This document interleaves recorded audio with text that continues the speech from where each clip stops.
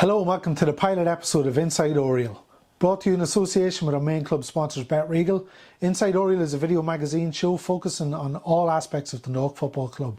Between now and the end of the year we're going to produce a couple of shows which will include some studio chat, some interviews and features, and we'll also throw in some prizes for good measure. Our first guest is the man who made his 100th appearance for the club last Friday. Number 10, Greg Sloggett. Our new club centurion, 100 appearances for Dundalk. Yeah, very proud. It's a great achievement for me, and it was actually one of the journalists who mentioned it to me after the Drogheda game that it was my 100th game coming up, and it kind of took me by surprise. Yeah. It's my third year, and I think between COVID and stuff, I actually wasn't expecting to hit that number. So delighted, and yeah, I don't know how many people have made 100 in Dundalk, but I'm proud to be one of them. Keith Ward did it against Shells a couple of weeks ago, but it took him 11 years to do it. Yeah. It only took you to 3 to do it. No, I spotted that actually. I actually haven't spoke to Wardy about that. I think it went a little bit under the radar probably because it's been non-successive stints here. He's done it in a couple of goes, but it's an impressive feat nonetheless. And as I said, I'm proud to be there. So. As you say, it's your third season at the club. I said this to you off camera before we started. If you could describe your 3 seasons at Oriel Park, each of them in one word, how would you describe them? Yeah, it's difficult really. 2020. It's 2020. It was a whirlwind, I think. I was thinking about there, between COVID, Europa League, Filippo and Giuseppe coming in and everything that came with that. I think it was a bonkers year. And to be honest, I think I probably could describe the second year the same way. It was a bit of a demise, really, wasn't it? And then the second year, the way things kind of went the way they did, and things kind of hit the fan, if you want to fill in the blanks there. Yeah, that's why we've got this couch here in the office. So many therapy sessions for last year. So I don't know. It's hard to sum up the second year in one word as well. Yeah. It was chaos, really. And then this year, to be honest, I've said it to a lot of people now. Just as I think I hadn't even thought about a word for this year, but I've just found it really enjoyable. Yeah. We've had a good core group, and everything's been streamlined towards improving on the pitch, rather than all the stuff that was going on in the background. So I've really enjoyed it. So an enjoyable year, and hopefully we finish that strongly now. So yeah. When you look back, you're at the cup final in 2019 after signing for us. We were kicking the ball away from winning a clean sweep. You're probably coming and thinking, "Wow, this is brilliant." I'm after signing for Dundalk. I'm sure we'd be going for league and cups. Like a year later, you've sort of in your first season, you watch it sort of disintegrate nearly in front of your eyes. It must have been strange coming in that season, and I know we won the cup at the end of that year, but looking back and thinking, wow, look what's happening in 12 months. Yeah, it was an interesting trajectory, really, and there's so many things that have gone on over those couple of years that manufactured this, and it's hard to kind of put it down to any one thing. Like the squads we've had have been like tremendous. You look at the calibre of player has been phenomenal, and I think just things had been a little bit messy in the background. So we just didn't have everything channeled in the right direction. But then you see in the cup and in the Europa League, we go get to the group stages and win the cup. So that shows you that we had the quality there. It just wasn't guided in the right direction, I felt. So yeah, I don't know. It was. I was obviously delighted to sign and to come in and to be amongst all such great players, and I was hoping to go on and be successful, and to an extent have been, but we want that back in terms of the league as soon as possible. We want to be back up there, and so we'll be trying to channel all my experience now to help us go that direction. This obviously Stephen's come in this year and it's given us stability.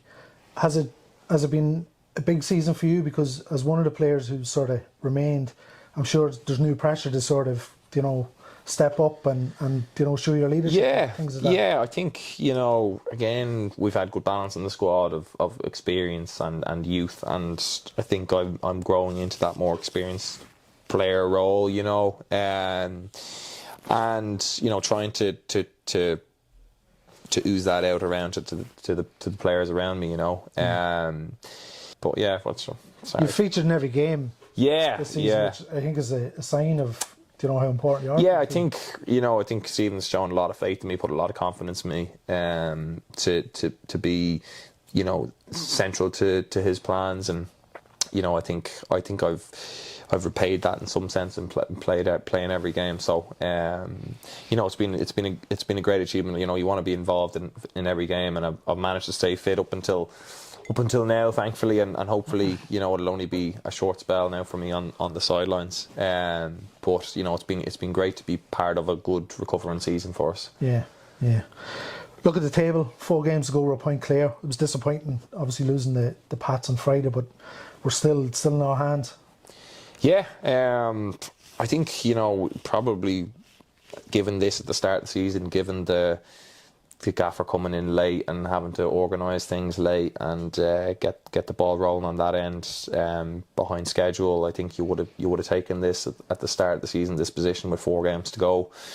It's in our hands, and I think we've got 2 good home games to look forward to. We're hoping to go and win on Friday night and put ourselves in a good position for the remaining games of the season. So, I think we're in a confident place. Friday gone doesn't help. We wanted to go and win the game, but that's football. They've stolen it in the last minute, and we're hopeful that we can go and secure Europe now the next few games. First up, a nice easy trip to Ballybuffet on Friday night, especially this time of the year. It's all the cliches. We know them all about Finhouse, but there's no getting away. It's a place. Yeah. No, we've been down on the grass training, and you can see it's soft down there, and it'll be no different up in Ballybuffet, as we all know. But it's perfect preparation for us, and we know what we're getting ourselves into up there. It'll be a tough battle. We'll have to dig deep. But I think we've generally had a decent record up there, and I think we're looking forward to kind of setting that right now from Friday night gone by, and we're all going up there guns blazing. So, your first goal for the club was up there. Yeah, that seems like a million years ago now. It seems like a while ago with all that's happened. Yeah. It always startles me that it's only been 3 years. I was actually trying to recall when my 100th cap came around that I thought it'd been 4 years initially, just with all that's gone on, but it's only been 3, and yeah, it was nice I think it was the 4th goal in the game, but all just still the sweetest feeling. I think that was our last goal. If I'm sure that was our last goal before. It was the last game. It was last, yeah. So it was the last goal for Dundalk before the world was turned upside down. Yeah. It was a mad experience. Was it disappointing coming off the other night? Obviously. Yeah, I guess I felt something against Giordano, and just looked after it during the week, and we felt it right to give it a go, and then obviously half an hour in I've just felt something again. So we've got it scanned and stuff this week, so it looks positive. So it's just about seeing where we are now for Friday night, and putting ourselves in the best position possible. I'd love to be involved. It's all hands on deck now to try and see us over the line. So fingers crossed I can play some part. Yeah, good stuff. Well, Friday night's game against Pats was the first game that Italian supporters Giordano Pantosti could take in at Oriel Park. Started supporting the club back in 2014 and was due to come to a game in 2019, but it got called off because of international call-ups. He still come over and he watched the team train, but last Friday night was his first time at a game here at Oriel Park, or Casey's Field, as it's known now until the end of the season, and I caught up with Giordano on Saturday.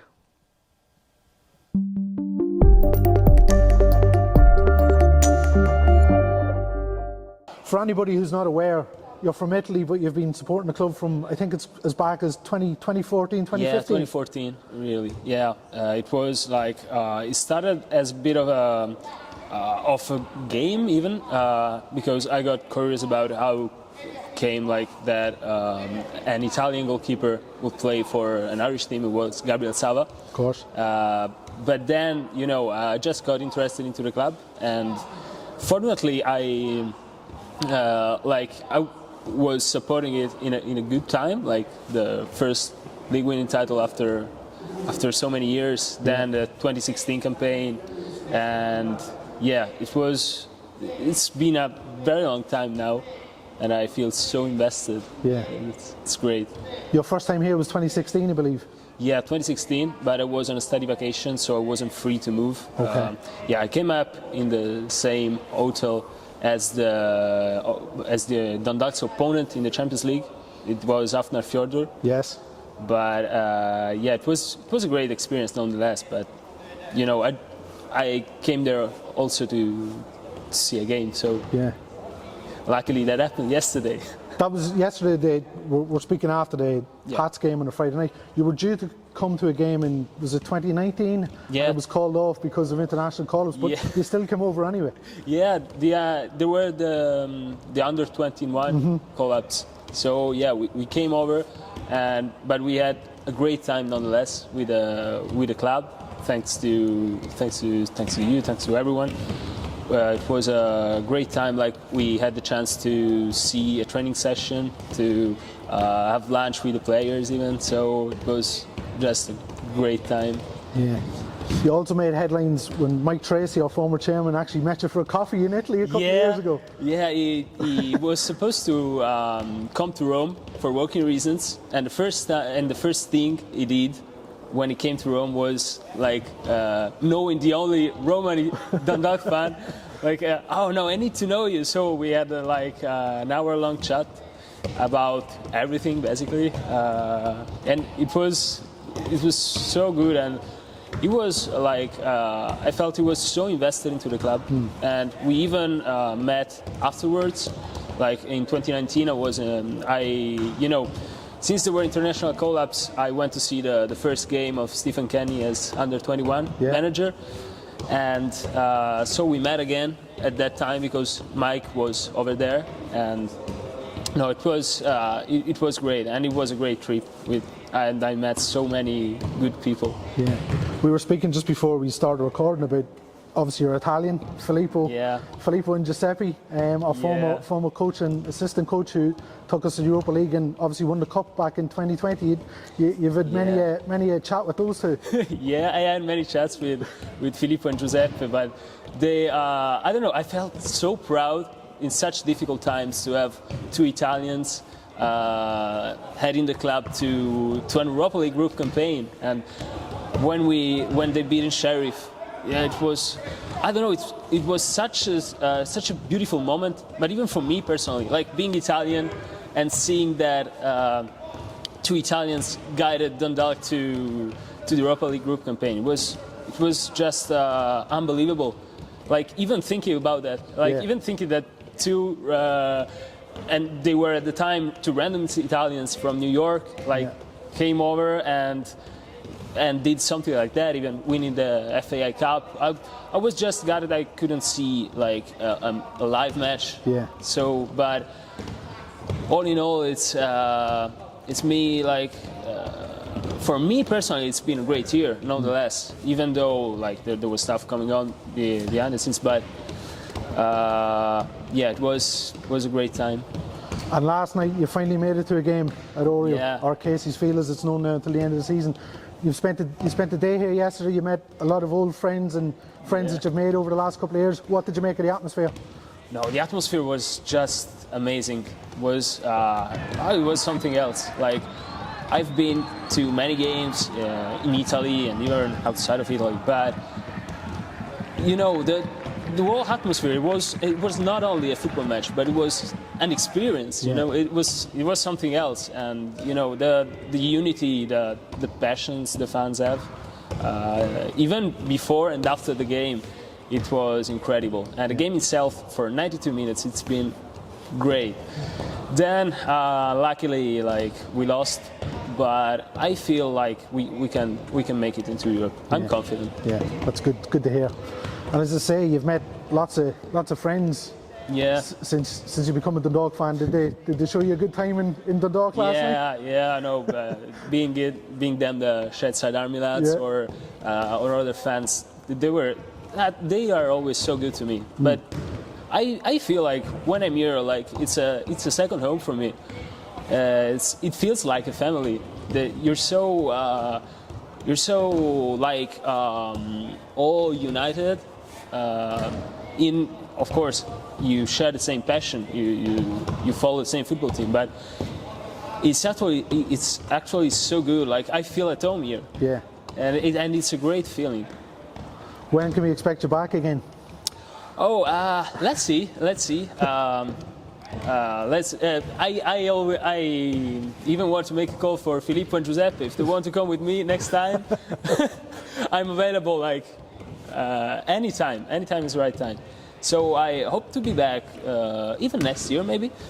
Let's see. I won't make any predictions because last time in 2019 I said like, oh, okay, see you next year, and then COVID happened. So I'm not gonna say when I'm coming back, but I will, of course. Good stuff. Well, great to see you, and hopefully we do see you back soon. Yeah, I hope so. Thanks a million, Giordano. Thank you.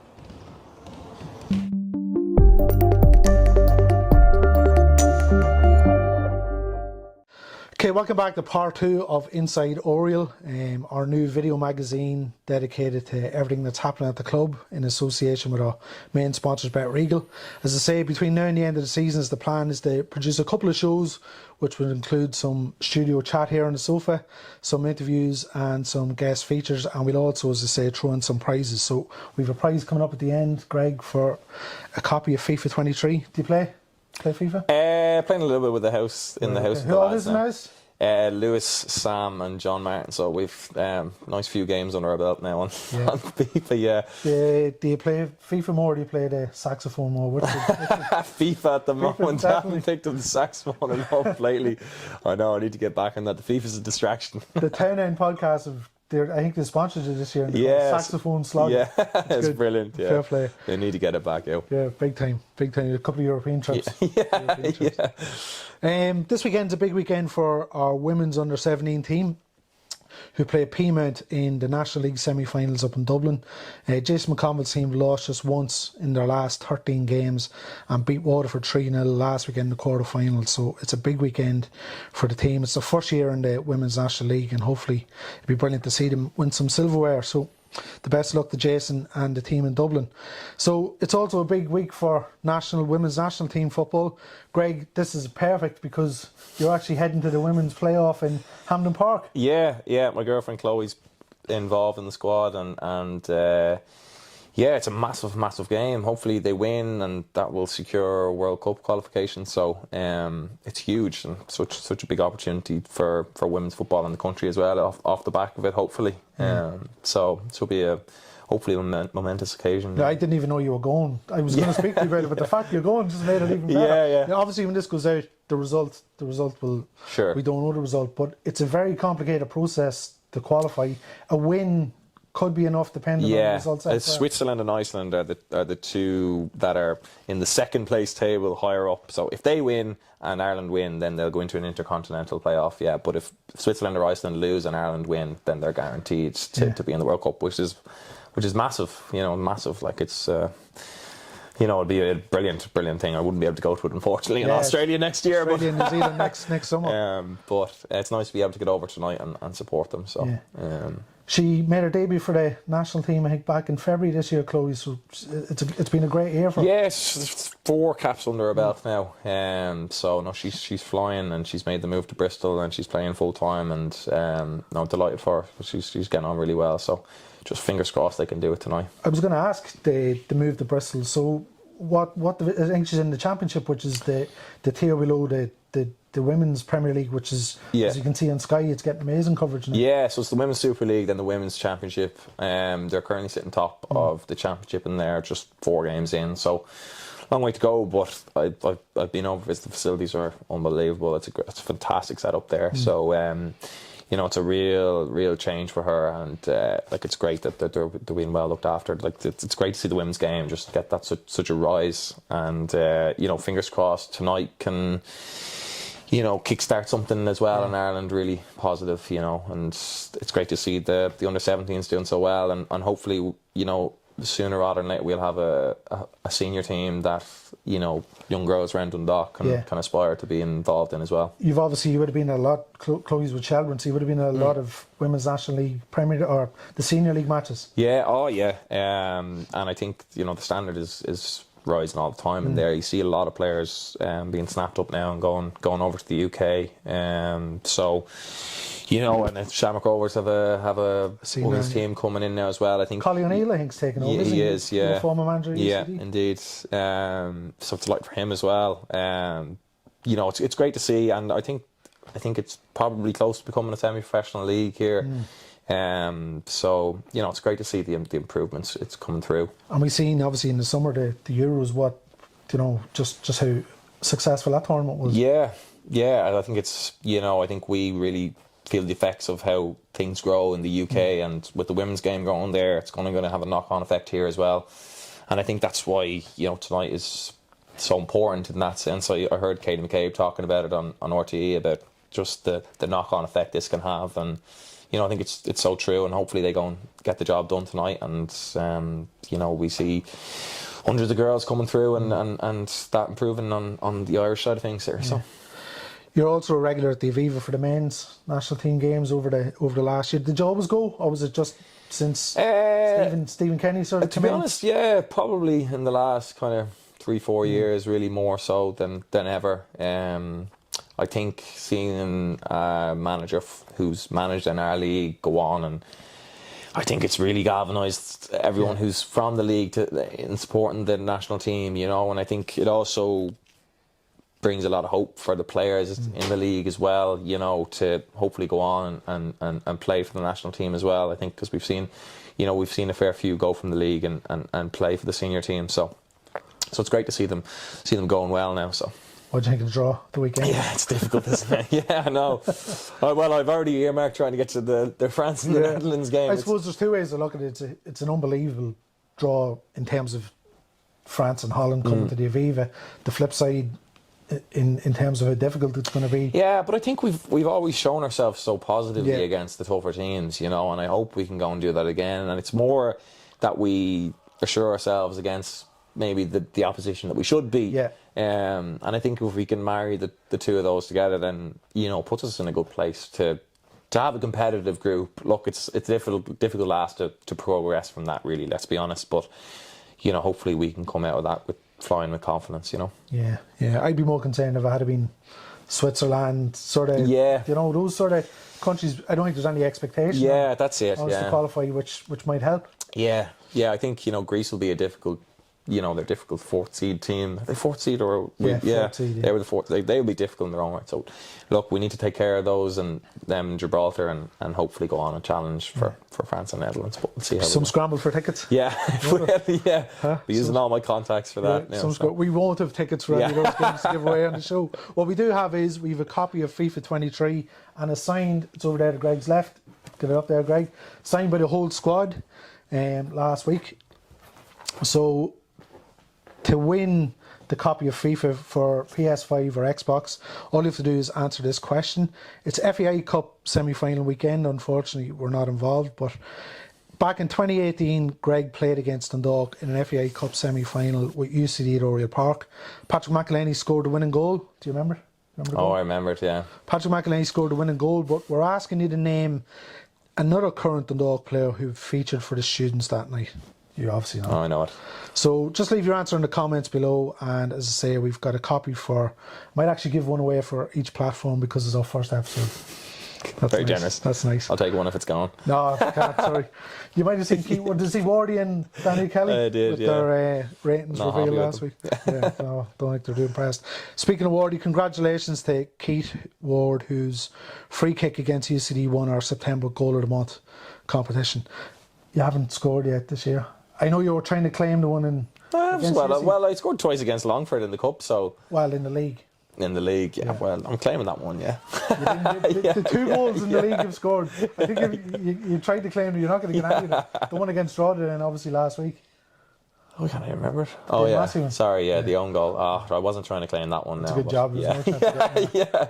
That's why I can't remember it. So leave your answer in the comment section below, and we'll get those prizes out during the week.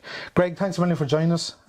First guest. This is more illustrious than getting 100 appearances for the club. You're the first player on the test sofa. bunny here. You're the test one on the sofa. Yeah. So God knows who'll be here in a couple of weeks. Listen, the best of luck in Hampden Park. Enjoy it. Yeah. I'm sure the atmosphere will be nice, and hopefully we see you at Finn Park on Friday night in the pitch. Thanks very much, Gav. Thanks to our main sponsors, BetRegal, and as I say, the plan is to roll out a couple more of these episodes between now and the end of the season, depending on how popular this one goes down, Greg. I'll have the saxophone in next time. Good stuff. I'll get a few viewers in. Draw the viewers in. Draw the viewers in. Thanks for tuning in, and we'll see you again in a couple of weeks.